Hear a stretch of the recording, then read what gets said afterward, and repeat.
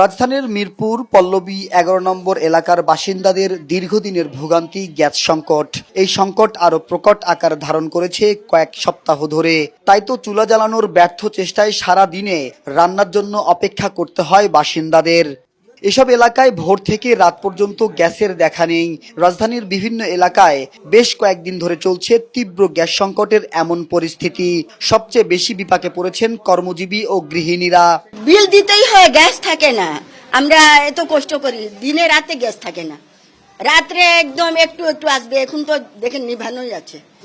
২-৩ মাস থেকে এরকম সমস্যা দেখা দিচ্ছে। আসতে রাত ২টার পর, এত রাত্রে তো রান্না করা সম্ভব না। নগরবাসীর অভিযোগ, সকাল দুপুর কিংবা রাত কোনো সময় ঠিকমতো গ্যাস পাচ্ছেন না গ্রাহকরা। চুলায় আগুন না জ্বালায় রান্না করতে না পেরে চরম দুর্ভোগে পড়ছেন তারা। একদিকে ইলেকট্রিক বিল দিচ্ছে, আবার ওই সিলিন্ডার গ্যাস কেনার কারণে সিলিন্ডার গ্যাসের বিল দিচ্ছে, আবার লাইনের গ্যাসেরও বিল দিচ্ছে। 3 রকম বিল যাচ্ছে একটা ফ্যামিলির। না খাইতে অসুখ হয়েছে মানুষের। আমরা যে বুড়া মানুষ, আমাকে ওষুধ খাওয়া লাগে, একটু খাদ্য খাই, আমার ওষুধ খাবো। গ্যাস সংকট প্রকট আকার ধারণ করায় স্থানীয় সংসদ সদস্যরাও পড়েছেন বিপাকে। এলাকার মানুষের গ্যাস সংকট সচক্ষে ঘুরে দেখেন ঢাকা 16 আসনের সংসদ সদস্য আব্দুল বাতেন। এ সময় এলাকার অবৈধ সংযোগ বিচ্ছিন্ন করে বৈধ গ্রাহকদের গ্যাস সরবরাহ স্বাভাবিক করার দাবি জানান তিনি। এখানে অনেক অবৈধ লাইন আছে। একতলা বাড়ি ছিল এক সময়, সেখানে হয়তো 5 তলা 6 তলা 7 তলা করা হয়েছে, 12-14টা ইউনিট হয়েছে, কিন্তু এই লাইনগুলো অবৈধ লাইন। এটা দ্রুত পদক্ষেপ নেওয়া দরকার। তিতাস গ্যাস কর্তৃপক্ষের দৃষ্টি আকর্ষণ করছি। এদিকে গ্যাসের স্বল্প চাপের কারণে অনেক ফিলিং স্টেশনে সরবরাহ স্বাভাবিক রাখতে পারছেন না কর্তৃপক্ষ।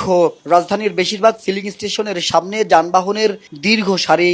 গ্যাস নিতে ঘন্টার পর ঘন্টা অপেক্ষা করলেও পর্যাপ্ত গ্যাস না পাওয়ায় বিপাকে চালকরা। 4 ঘন্টা 2 ঘন্টা পর সিরিয়াল দেয়, 70 টাকা 80 টাকার গ্যাস ঢোকে। বুঝবে না, আবার 2 ঘন্টা পর আবার সিরিয়াল দিতে হবে আমাদের। 2 টিপ মারুম, আবার গ্যাস ফুরিয়ে যাবো। তাহলে আমাদের এখন ঘর ভাড়া, খাওয়া, থাকা, ঢাকা শহরে সম্ভব না। যদি আপনার দাম বাড়ানোর জন্য এরকম সিন্ডিকেট হয়ে থাকে, তাহলে যাতে দ্রুত করে দাম বাড়ায়, কারণ অকটেনের দাম বাড়াইছে, অকটেন ঠিক হয়ে গেছে। তীব্র গ্যাস সংকটে রাজধানীর মানুষের দৈনন্দিন জীবনযাত্রায় যেমন ব্যাহত হচ্ছে, তেমনি পরিবহন খাতেও তৈরি হয়েছে অচল অবস্থা।